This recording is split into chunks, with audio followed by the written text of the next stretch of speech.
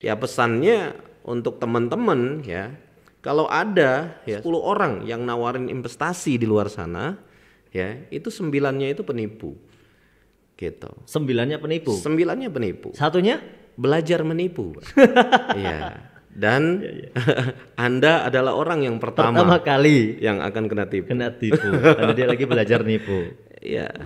Welcome to Best Podcast Go Berkah No Riba. Assalamualaikum warahmatullahi wabarakatuh. Waalaikumsalam warahmatullahi wabarakatuh. Masya Allah. Ini kesempatan luar biasa ini. Pak Andi, ini hari ini katanya lagi buru-buru. Kenapa Pak Andi? Iya biasa, ditungguin mitra. Lagi ngejar luxury ketiga. Tenanglah, nanti saya salip lah. Siap. Saya tunggu di rumah. Saya dapat cerita, Pak Andi kemarin katanya ini lagi bergaya jatuh itu ngapain? Oh, itu biasa. Kita mereng-mereng di Sentul, biasalah latihan olahraga ya. Sejak kapan itu Pak Andi hobi balap itu? Tidak hobi balap, cuman hobi berkendara motor saja. Oh.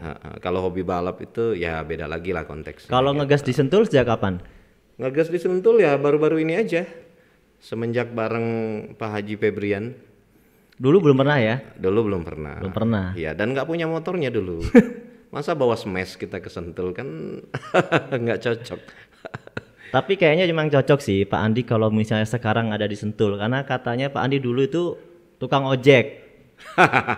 Jadi tukang ojek jadi pembalap gitu judulnya. Jadi nyambung ya. Iya.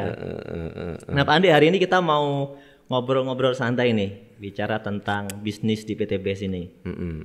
Kalau kita lihat kan banyak banget ya orang yang sudah sukses berhasil di PT BES. Betul, gitu kan. betul. Alhamdulillah. Nah di depan saya ini sudah ada salah satu bukti ya orang yang juga dikatakan sudah sukses di PT BES. Alhamdulillah. Kalau udah dapat luxury ya kategorinya sukses lah. Ya. Alhamdulillah. Meskipun sukses itu memang luas gitu. Betul. Tapi kan sebentar lagi udah luxury yang ketiga kan? Amin, insyaallah. Ketiga. Nah Pak Andi, mungkin banyak yang belum tahu Pak Andi ini latar belakangnya seperti apa ya sebelumnya. Nah sebelum bergabung di PT BES, Pak Andi ini apakah memang punya pekerjaan lain atau emang sebenarnya Pak Andi ini memang orang yang sudah biasa MLM? Saya berawal dari keluarga biasa ya. Keluarga saya ini saya dari kampung, dari Bengkulu, tepatnya di Desa Pelajaran. Keren kan nama desanya aja, Desa Pelajaran. Desa Pelajaran Padangguci, Bengkulu Selatan. Ya, Bengkulu Selatan. Nah, jadi merantau ke Bandung kira-kira baru 21 tahun yang lalu. 21 tahun itu kenapa merantau ke Bandung kuliah gitu? Kuliah dulu, merantau ke Bandung kuliah ya demi untuk menyelesaikan ya pendidikan ya. Kuliah S1 di bidang perbankan gitu, ekonomi perbankan. Jurusannya manajemen perbankan di mana Pak? Di USB, Universitas Sanggabuana. Nah di situ kuliah terus berkecimpung ya 4 tahun, alhamdulillah lulus kuliah. Dan setelah lulus ya 1 tahun sebelum lulus saya banyak baca buku-buku tentang bagaimana jadi pengusaha, terus buku cash flow kuadran dan lain sebagainya. Nah, sehingga membuat saya di situ sedikit pola pikir saya sedikit berubah. Ya, yang tadinya istilahnya lebih ngotot untuk jadi karyawan ya, atau bekerja di perusahaan korporat atau sebagai jadi seorang PNS ya. Tetapi setelah baca buku ini malah berubah. Jadi saya malah kebalikannya, nggak mau jadi karyawan biasa. Gitu. Jadi sejak lulus kuliah tuh sempat kerja nggak sebenarnya? Nggak pernah. Nggak pernah ya? Iya, nggak pernah. Jadi semenjak lulus kuliah itu juga saya udah memulai usaha bisnis ya. Ya pertama itu saya ikut di yayasan dan di situ mengembangkan untuk bidang ekonomi atau untuk ekonomi yayasannya gitu. Kayak koperasi gitu. Ya betul. Nah, setelah itu baru mengenal dunia network marketing. Sebetulnya sih waktu kuliah juga udah pernah join di network marketing. Nah, tapi di situ belum fokus.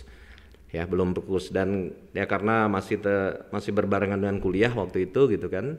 Akhirnya belum fokus. Kalau kuliah itu kenapa ngambil manajemen bank? Awalnya ada motivasi apa awalnya? Saya pengen kerja di bank. Begitu tadinya. Pengen kerja di bank karena melihat wah, orang-orang bank ini kayaknya gaya-gaya gitu kan. Banyak duitnya kayaknya gitu. Setelah udah pengalaman di kota, mungkin cara berpikirnya berubah ya. Setelah tadi ikut seminar, baca buku gitu. Ya, jadi pengennya usaha. Yang paling berasa itu dari baca buku.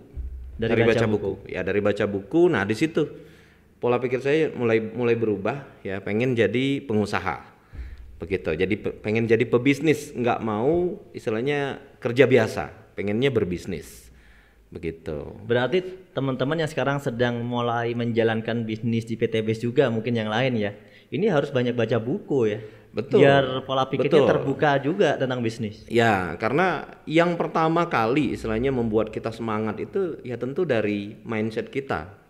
Ya. Dari pola pikir, cara berpikir kita gitu. Kalau di pikiran kita istilahnya hanya ada pengen jadi karyawan atau pengen bekerja aja begitu kan, terus kita gabung di sebuah katakanlah sebuah bisnis network marketing ya atau saat ini bermitra dengan PTBS begitu, tapi mindsetnya pengen jadi karyawan ya akhirnya tadi nggak jalan, nggak nyambung ya, dia gabung bisnis tapi mindset dia belum tersetting sebagai pengusaha. Betul.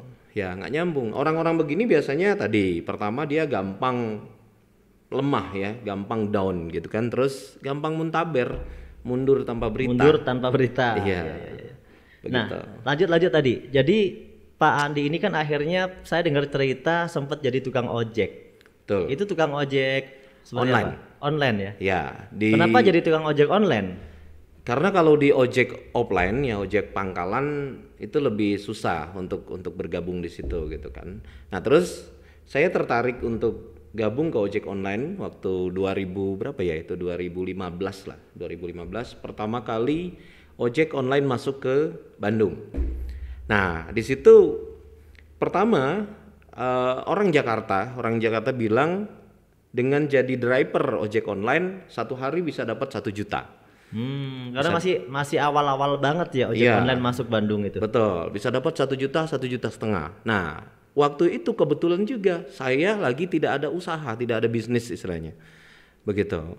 Nah, sehingga membuat saya tertarik untuk bergabung di dunia perojekan ini gitu. Jadi seorang sarjana yang akhirnya menjadi seorang driver ojek online. Betul. Ya, kalau jadi driver aja harus jadi sarjana dulu Pak Andi ini ya. Nah, begitu Pak. Karena apa? Kalau teman-teman saya bilang di perojekan ini kerjanya di Departemen Perhubungan, Pak. Ngakunya? Iya. Jadi kan menghubungkan antara wilayah Cicahem dengan Dago gitu kan.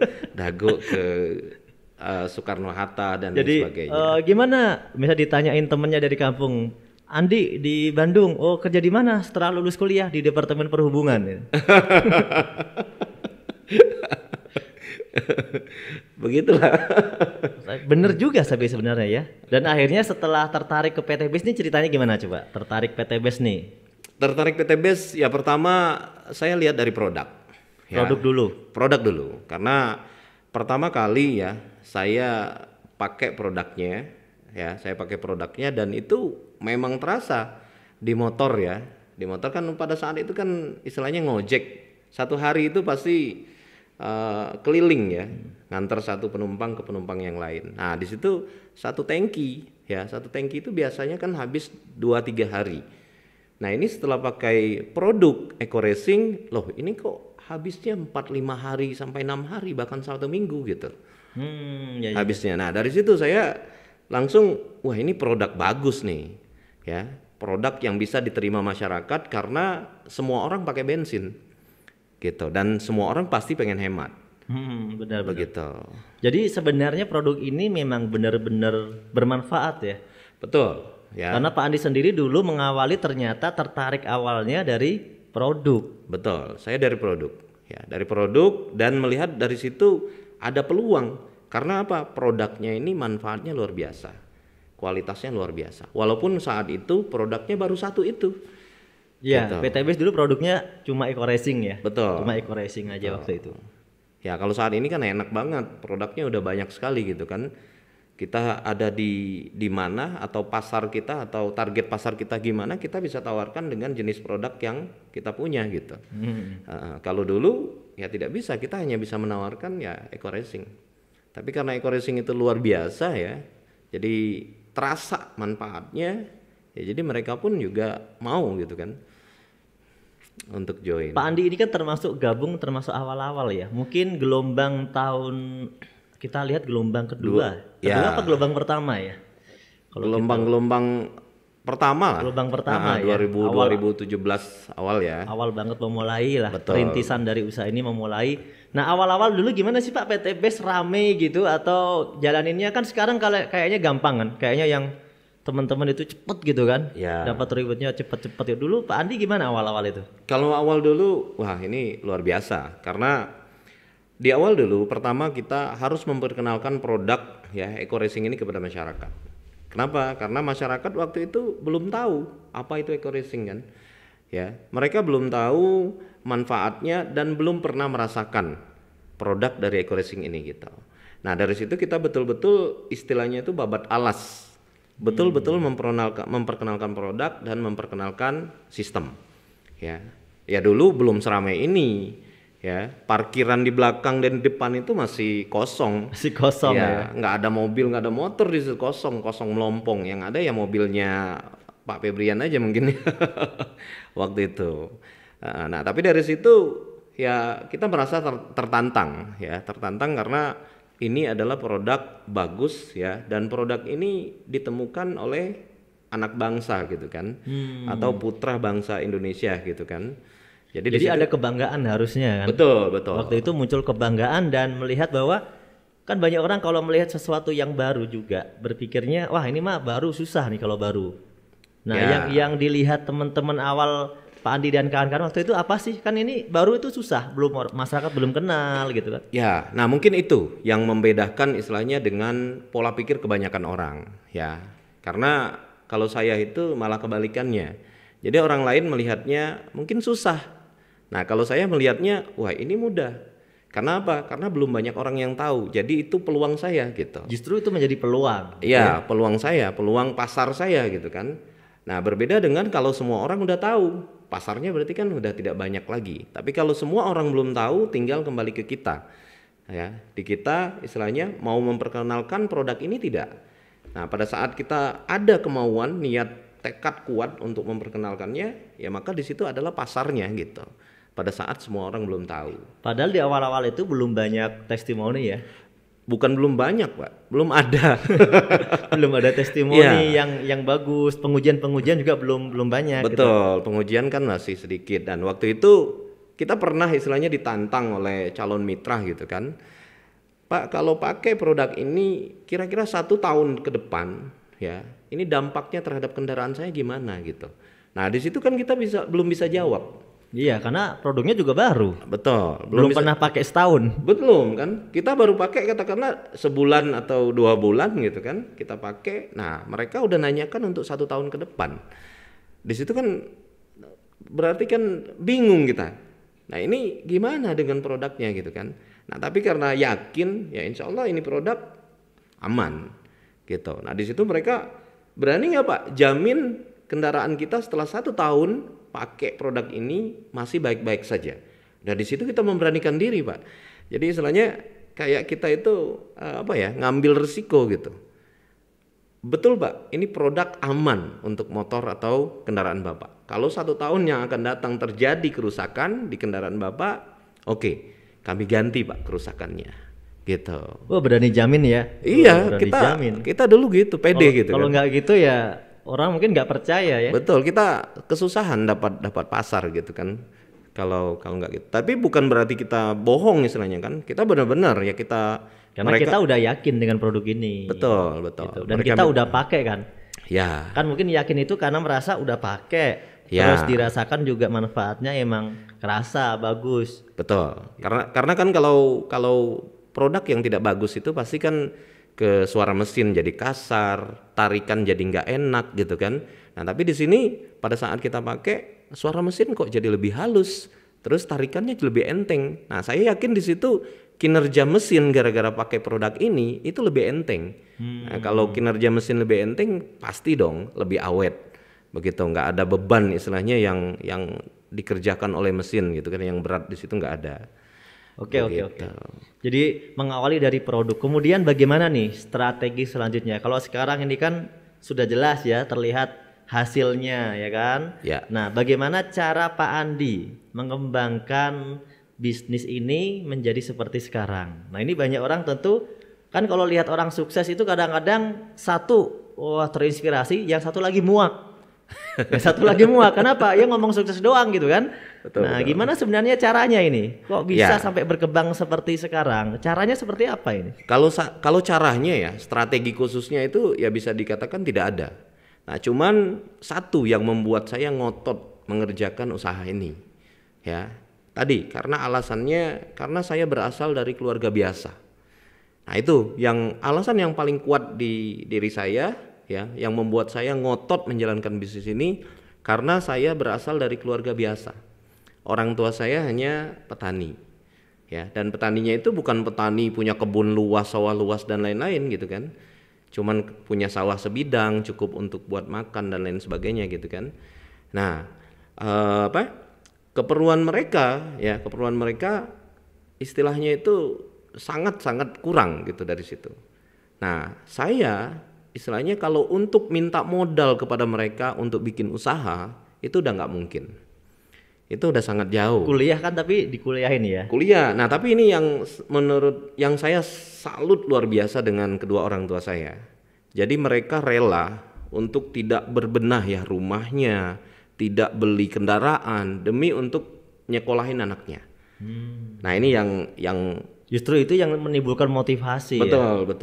Yang saya betul-betul salut dengan kedua orang tua saya begitu. Karena ya alhamdulillah saya 5 bersaudara ya, dan kebetulan saya yang paling tua ya, yang nomor 1 gitu. Saya 5 bersaudara, 4 cowok, 1 yang paling bontot, yang paling kecil cewek, dan semuanya alhamdulillah kuliah semua gitu. Itu luar biasa berarti ya. Ya, kuliah semua. Itu perjuangan orang tua ya. Perjuangan orang tua itu satu orang tua bisa menghidupi beberapa anak. Betul. Tapi kadang-kadang beberapa anak belum tentu bisa menghidupi satu orang tua gitu. Nah, dari situ. Jadi awalnya itu karena saya beralasan itu. Saya berasal dari keluarga biasa. Nah, jadi saya harus bekerja luar biasa atau saya harus menghasilkan sesuatu yang lebih ya, lebih jadi, besar daripada nomor 1 itu adalah benar-benar keinginan ingin berubah ya. Betul. Berubah menjadi lebih baik ya. Ya. Jadi impian saya. Jadi dari situ nomor 1 itu di situ. Karena kalau strategi ya saya pikir nggak begitu ini ya. Kalau mengembangkan dunia network marketing itu ya strateginya bisa dikatakan tidak ada strategi khusus. Yang penting itu ya rajin presentasi ya, rajin membina mitra, sudah selesai gitu. Oke, yang membuat jaminan Pak Andi yakin sukses dengan satu impian tadi ya. Ya. Keduanya itu apa Pak?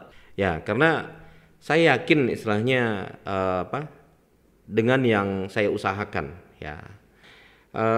Saya berani istilahnya ke orang tua minta doa ke orang tua. Kadang-kala kan orang itu ada yang nggak berani, ya, nggak berani minta restu, minta doa orang tuanya. Nah, itu yang saya lakukan di awal, ya. Saya manggil orang tua itu kalau ibu itu emak, kalau bapak itu bak, ya. Bak, ya, bak gitu. Itu di Bengkulu sana. Nah, waktu itu ya saya telepon, Mbak, Mak, tolong doain Andi pengen jalanin usahanya ini ya mudah-mudahan bisa sukses di sini. Begitu. Ya orang tua saya bilang ya kami selalu mendoakan gitu kan, selalu mendoakan di setiap saat kami doakan gitu kan. Nah, tapi saya bilang beda. Ya di sini saya khusus meminta kepada Mbak dan Mak untuk bisa mendoakan. Kita mendoakan biar bisa lancar menjalankan usahanya ya sukses pada akhirnya gitu. Nah setelah itu dapat ya sudah dari situ saya mulai memetakan siapa orang yang pertama akan saya jadikan partner untuk bisnis ini begitu. Yang akan saya ajak duluan itu siapa? Nah di situ saya tulis, Pak. Saya tulis ya, saya pindahkan di buku. Nah dan di situ saya checklist orang-orang yang sudah saya hubungi, yang sudah saya temui, begitu.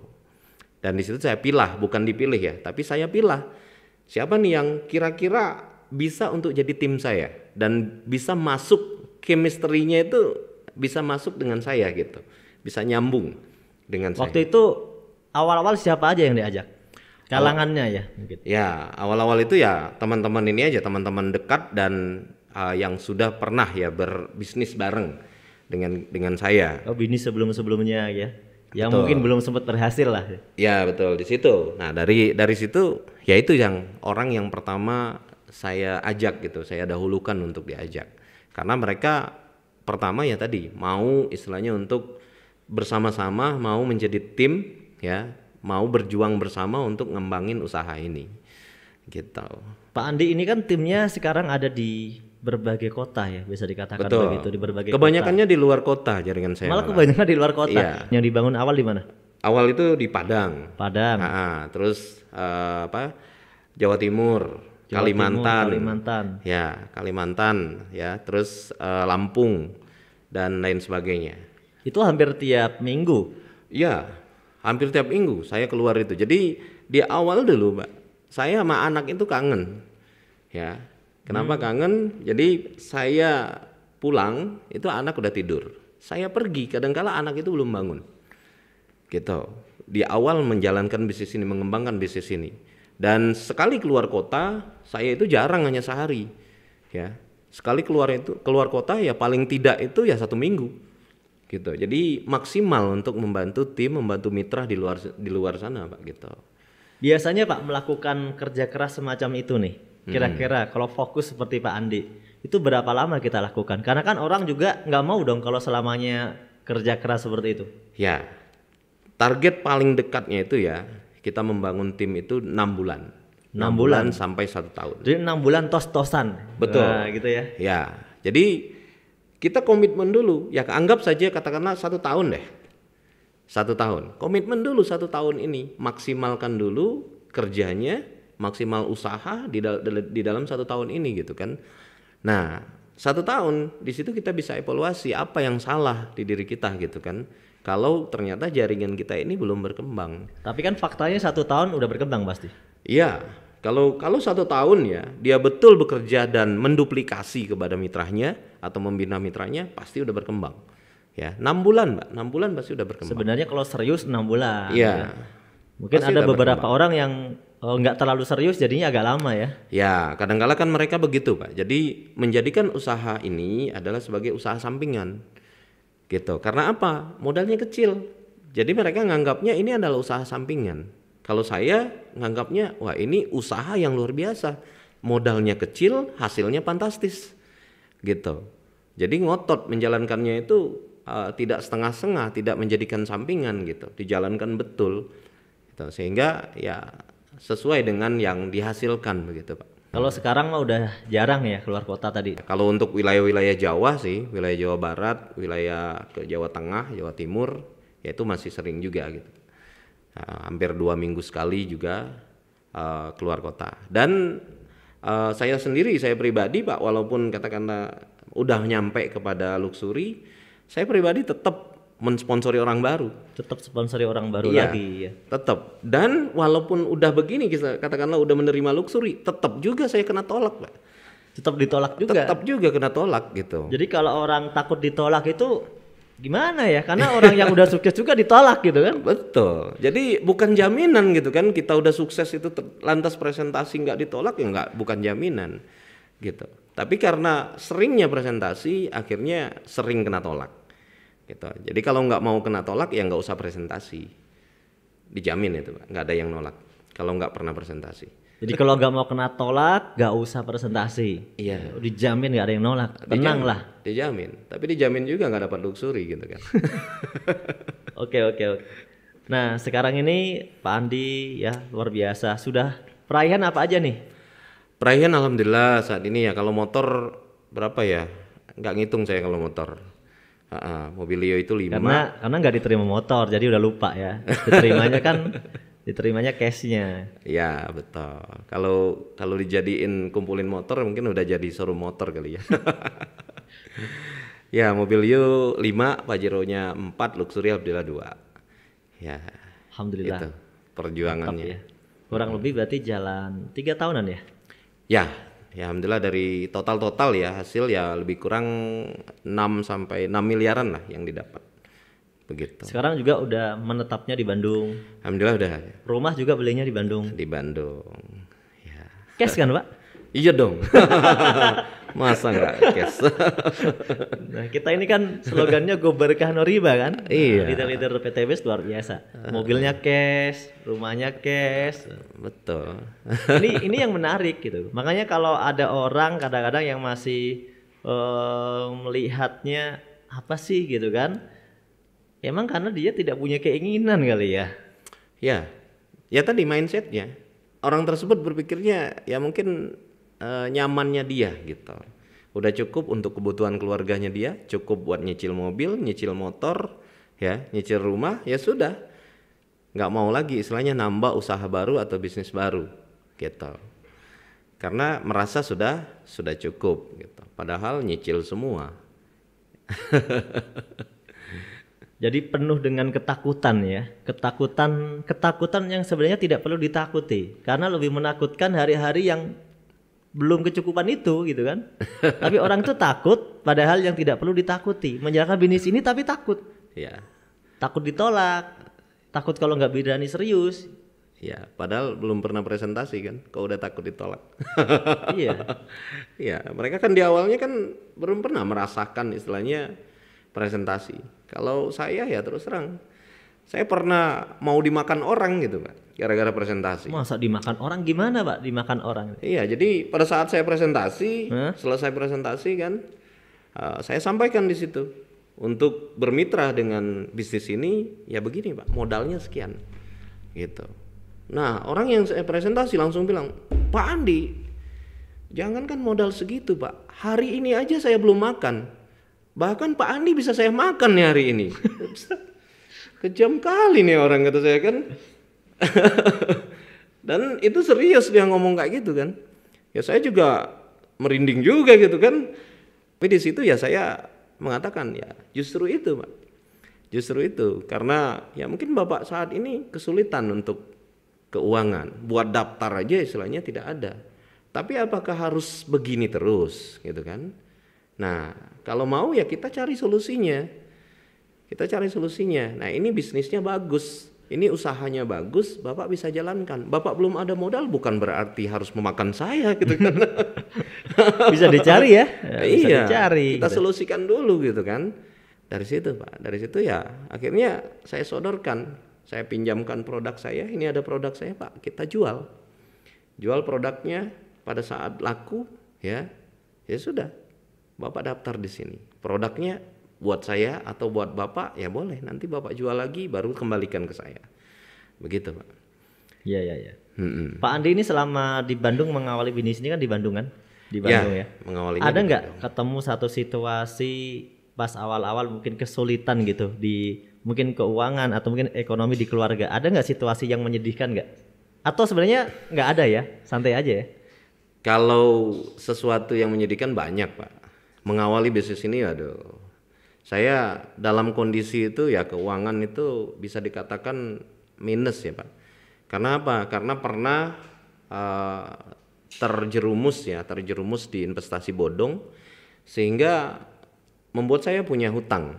Jadi punya beban moral ya, punya hutang kepada teman-teman di situ. Nah, jadi saya nggak punya uang istilahnya kan, dan keluarga saya mereka tetap harus makan kan begitu. Dan dari situ kan saya dulu juga ngontrak ya, rumah istilahnya dijual gara-gara tadi pengen nutupi beban-beban di investasi bodong tadi. Akhirnya dilepas, ya udahlah nggak apa-apa dilepas asal tidak begitu banyak istilahnya orang yang ngejar kita gitu kan di situ. Nah, mengawali bisnis ini ya bukan berarti mulus-mulus saja dan saya punya kondisi keuangan yang cukup gitu Pak. Ya, saya dengan Pak Bari itu sponsor saya langsung pernah itu Pak, duit 25.000 kita bagi 2. Ya, kita bagi 2. Duit 25.000 Pak, 25.000 ya. Pak Bari dia bilang, Pak Andi, karena saya keluarganya udah besar-besar, saya 15.000. Ya, Pak Andi 10.000. Gitu Pak, sampai segitunya. Ya, dan saya sering istilahnya dulu beberapa kali ya, nggak sering. Jadi istilahnya duit di ATM tinggal 40.000, itu minta ke temen, tolong dong transferin dulu 10.000 ya ke ATM buat biar saya tarik 50.000, nanti saya balikin lagi 10.000-nya. Gitu, 40.000-nya biar ini bisa mungkin teman-teman ditarik. juga banyak yang ngalami hal yang sama ya. Mungkin. Ceritanya Ya. tentang tarik menarik ATM ini saya sering denger ini. Banyak teman-teman yang suka cerita. Ternyata Ya kan sayang kan Pak, kalau ada Iya. ngendap katakanlah 40.000 kan, atau 80.000 kan, kalau pecahan 50 agak susah gitu ATM. Nah 80.000 ditransfer 20.000 kan bisa ditarik tuh. Betul, 100.000, 20.000-nya langsung dibalikin gitu. Jadi apa ya solusinya? itulah strategi bertahan lah. Ya, Iya, cara bertahan hidup. ya, dan di situ ya ujiannya luar biasa karena Tapi kenapa Pak Andi sampai dulunya ikut-ikut investasi ya? Coba cara berpikir dulu dan sekarang. Sekarang kalau saya tanya tentang Pak Andi masih berminat gak bisnis model investasi itu? tidak. Tapi kan dulu Bapak berminat. Ya betul, karena dulu pertama Pak, jadi istilahnya saya itu dulu itu hanya berpikir ya dapat uang gitu. Jadi kalau yang masih samar-samar antara halal haramnya itu saya masih mau istilahnya ngembatnya gitu kan. Nah kalau investasi begini kan Karena dilihatnya uangnya aja. betul, jadi kalau contoh kalau yang jelas-jelas haram kayak mencuri kayak gitu-gitu, saya jelas nggak mau, dari dulu juga udah nggak mau begitu kan. Nah tapi kalau ada teman menawarkan investasi, katakanlah investasi bodong, ini Pak Andi taruh 1 juta ya, nanti 1 bulan Pak Andi dapat 100.000, bulan depan dapat lagi 200.000, bulan ketiga dapat lagi 300.000, sampai misalnya 10 bulan kemudian ya, ntar di bulan terakhir dapatnya 1 juta. Padahal saya naruhnya 1 juta, gitu kan. Nah tadinya karena apa? Ya pengetahuan tentang riba saya nggak ada gitu kan, belum ada gitu. Jadi orang-orang yang mungkin bergabung dengan bisnis yang seperti Pak Andi ikuti, itu bisa jadi pertama memang dia minim pengetahuan atau ilmu tentang itu. Bisa jadi. Tapi juga ada juga orang yang memang sengaja main ya. Banyak yang sengaja main dan memang sengaja untuk menipu juga banyak Pak di luar sana. Ya contoh ring satunya bisnis investasi itu mereka itu niatnya memang udah mau menipu gitu. Karena dari situ Pak. Jadi semenjak saya istilahnya sering ya dulu itu terjerumus ya, mudah-mudahan ya bukan mudah-mudahan ya saya katakan ya tidak lagi berurusan dengan investasi demikian begitu.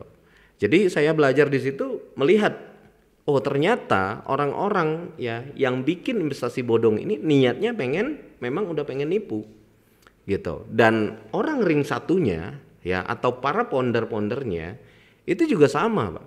Jadi mereka udah dimodali oleh ownernya katakanlah ya, dimodali untuk bisa katakanlah menggait orang-orang untuk bisa masuk. Habis itu mereka punya waktu juga untuk langsung pindah ke yang lain setelah mereka dapat begitu.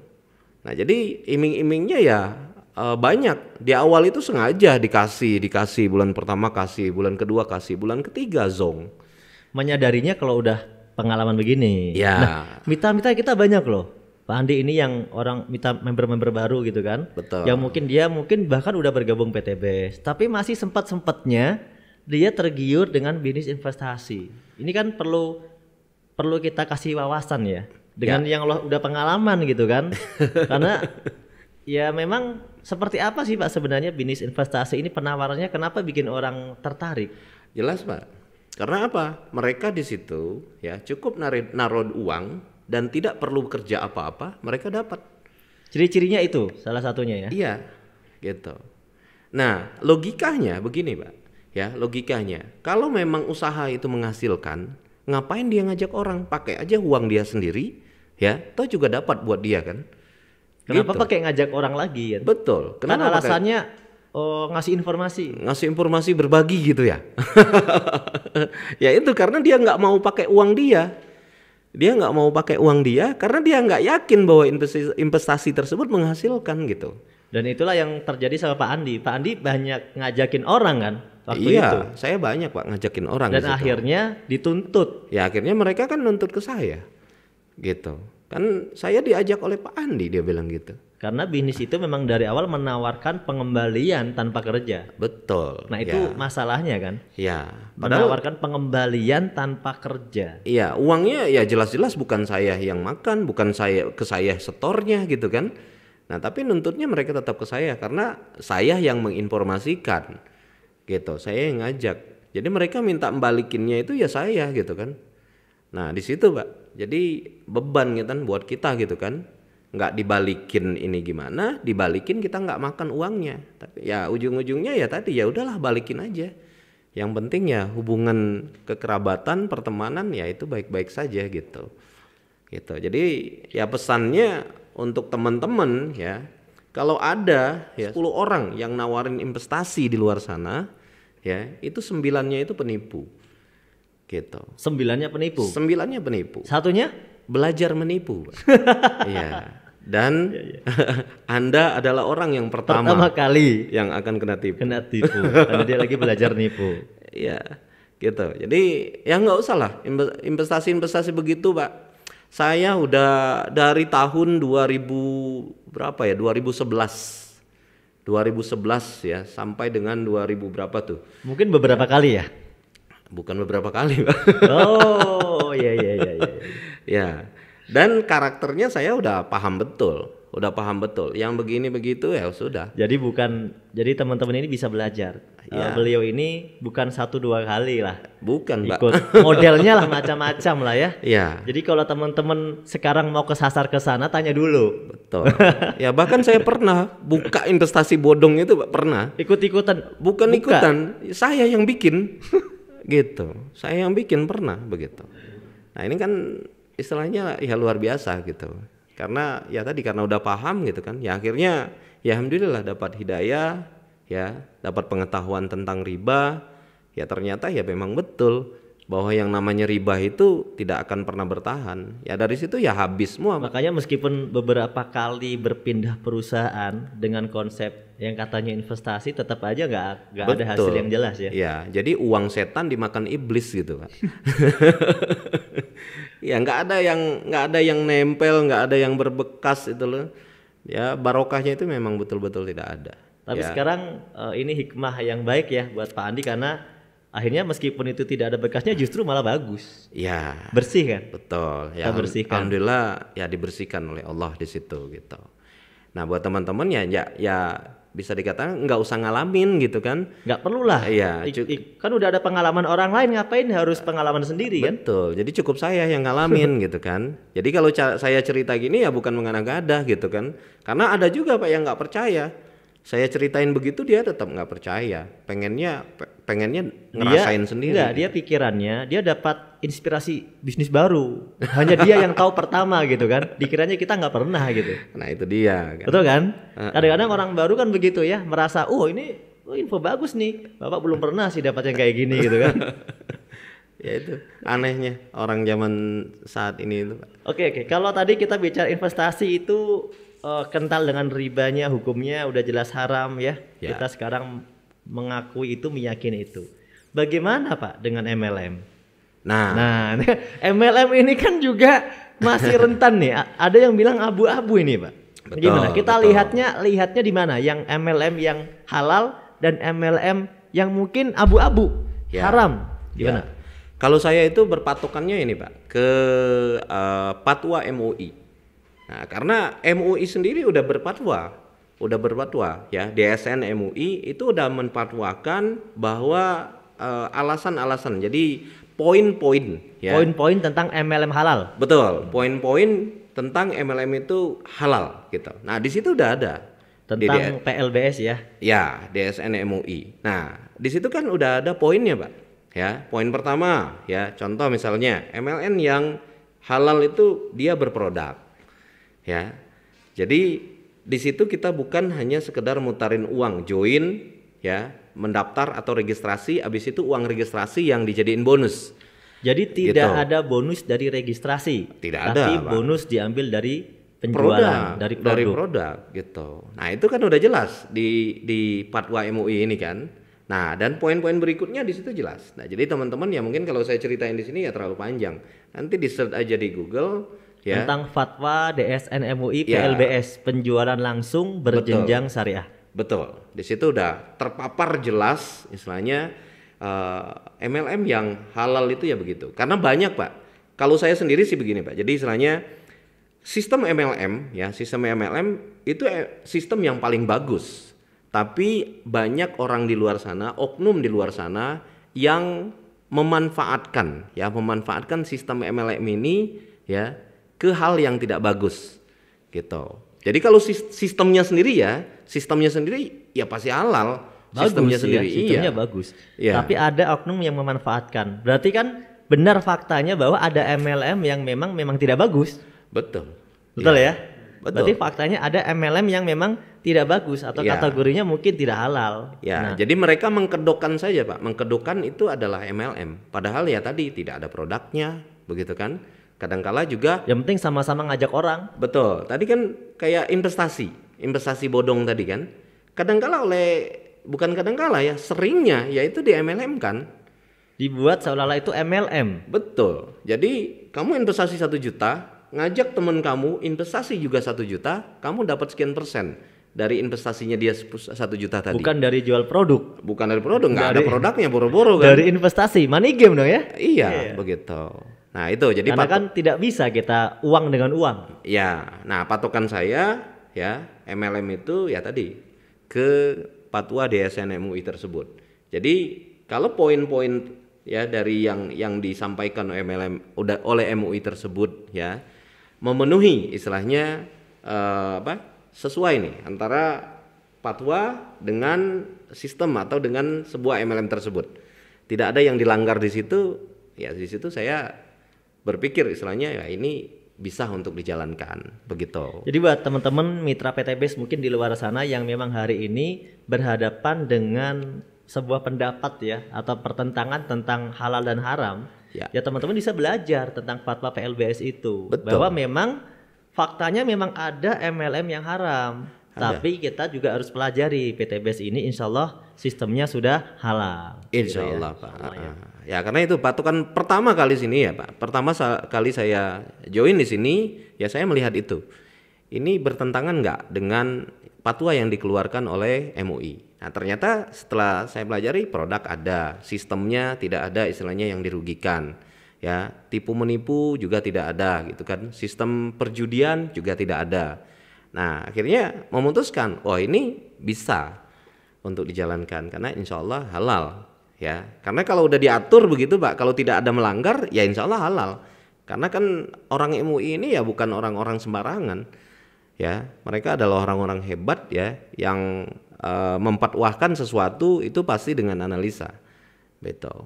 Ya dan di sana juga kan dipilih orang-orang ulama-ulama dari keilmuan mereka kan, keilmuan di bidang ekonomi syariah tentunya kan. Betul. Dipilih gitu, bukan dari sekedar ulama ustadz yang keilmuannya tidak di bidang itu gitu kan. Nah kadang-kadang kan ada orang berkomentar yang bukan bidangnya kan.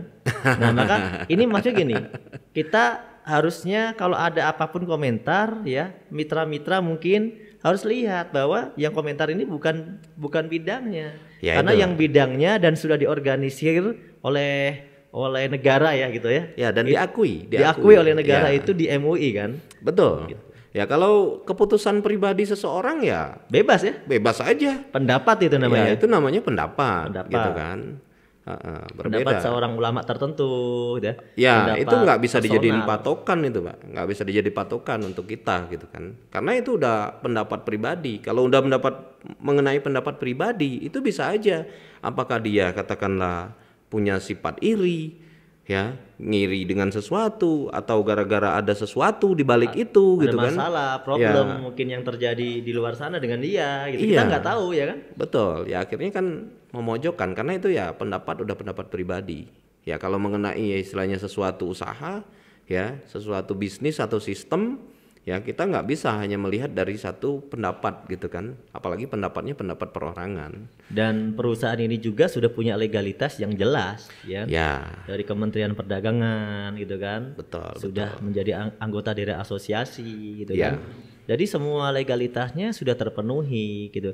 Nah, kadang-kadang memang ya entah karena alasan apa, mungkin dan sebagainya, atau mungkin dia ya barisan sakit hati atau apa sih kita nggak tahu. Akhirnya ada yang menyudutkan gitu. Padahal yang dia sudutkan perusahaan-perusahaan yang sudah jelas legalitasnya. Ya. Harusnya dia kalau mau aktif menyudutkan yang nggak ada legalitasnya. Wah, ribuan kan di Indonesia ini. Banyak bisnis-bisnis yang legalitas belum jelas. Ya. Banyak sekali. Nah, bisa jadi juga Pak orang begitu haji mumpung. Oh. Ya. Jadi haji mumpung itu istilahnya dia akan menghubungkan ya, atau menghubung-hubungkan dengan sesuatu yang udah terkenal. Buat apa? Biar dia ikutan terkenal. Oh, gitu. Sebenarnya mengambil trending. Begitu bisa jadi kan, ngambil kesempatan di dalam kelapangan gitu. Oke. Yeah. Sekarang kita ke sesi ini aja, tips ya. Ya. Saya pengen kita semuanya pengen dengar nih pesan atau mungkin kesimpulan dari Pak Andi bagaimana buat mitra-mitra PTBS yang saat ini sedang menjalankan bisnis ini atau mungkin sedang memulai menjalankan bisnis ini. Gimana pesannya Pak Andi? Ya. Jadi buat teman-teman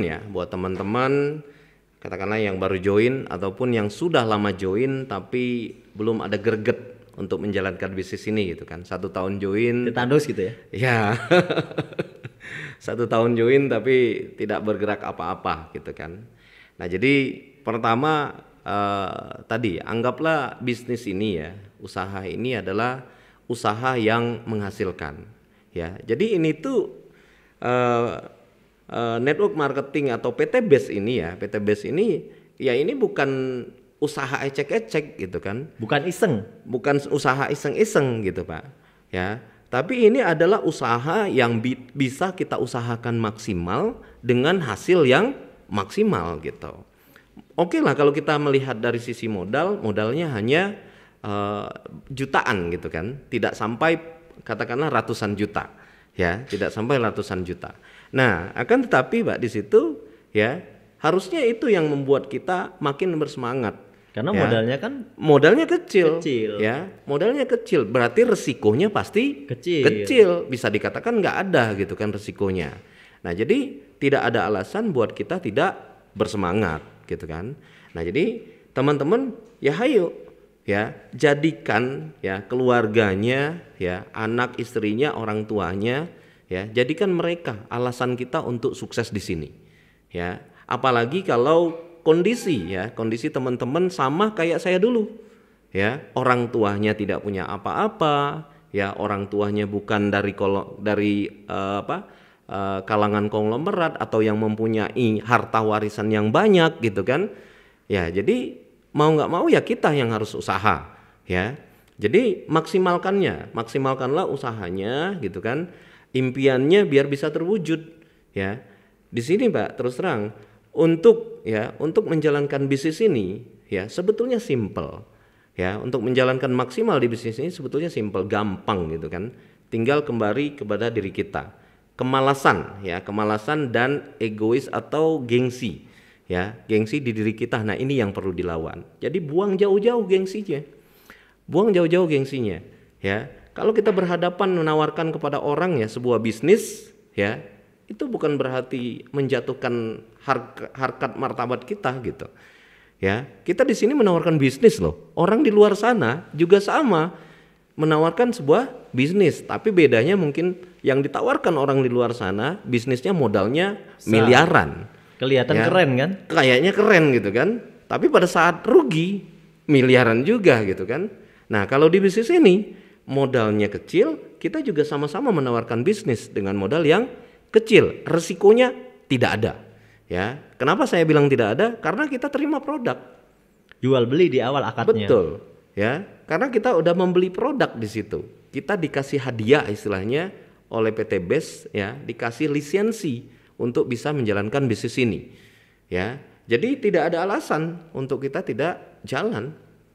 Gitu. Jadi Kalau kita misalnya masih berdiam diri, ya berarti kita memang tidak ada impian kita di situ. Jadi buat teman-teman ya, ayo maksimalkan ya, lakukan ya presentasi, jangan malas-malas dan jangan jadikan bisnis ini adalah sebagai bisnis sampingan ya. Jadi walaupun teman-teman masih bekerja ya sebagai katakanlah karyawan ya, nggak masalah, nggak apa-apa, bekerja dulu gitu kan. Nah, tapi setelah pulang bekerja atau sambil bekerja itu, teman-teman sambil ngobrol, sambil menginformasikan bisnis ini. Ya. Jadi informasikan bisnis ini karena kita ngobrol dengan teman kita kan, dengan teman satu kantor, ya, teman nanti ketemu di kantin dan lain sebagainya. Nah, di situ kita obrolkan usaha ini. Ya, nanti kan kita bisa lihat, ya, kita bisa lihat perkembangannya, ya, perkembangannya responnya. Gimana. Betul. Nah, dari situ ya kalau memang teman-teman merasa bahwa dengan menjadikan zona kita zona kepepet ya, maka akan menjadi bakal loncatnya lebih baik, lebih bagus ya. Usaha kita akan maksimal. Ya kalau lagi bekerja ya sudah, keluar aja dari kerjaannya. Gitu. Kalau emang bisa lebih bagus, keluar sekalian. Keluar aja. Kenapa? Karena apa? Di sini, Pak, dapatnya besar. Gitu, dapatnya besar. Karena saya berani istilahnya bilang begitu karena saya sendiri udah merasakannya, ya, udah merasakan itu, ya. Jadi teman-teman, ya, maksimalkan usahanya, maksimalkan doanya, ya. Terus minta restu kepada orang tuanya, ya.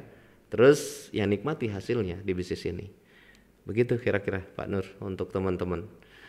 Oke, terima kasih Pak Andi Alita, hari ini waktunya. Mungkin lain hari kita bisa sharing-sharing lagi ya. Siap, sama-sama Pak Nurholis. Nanti kita bisa berbagi lagi bersama teman-teman mitra-mitra PTBS. Mungkin juga masyarakat yang juga melihat podcast kita ya.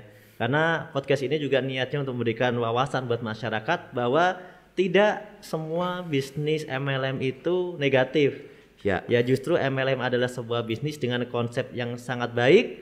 Ya, hanya saja teman-teman perlu tahu bahwa ada oknum juga yang kadang-kadang menggunakan MLM untuk hal yang negatif. Ya, betul. Betul sekali.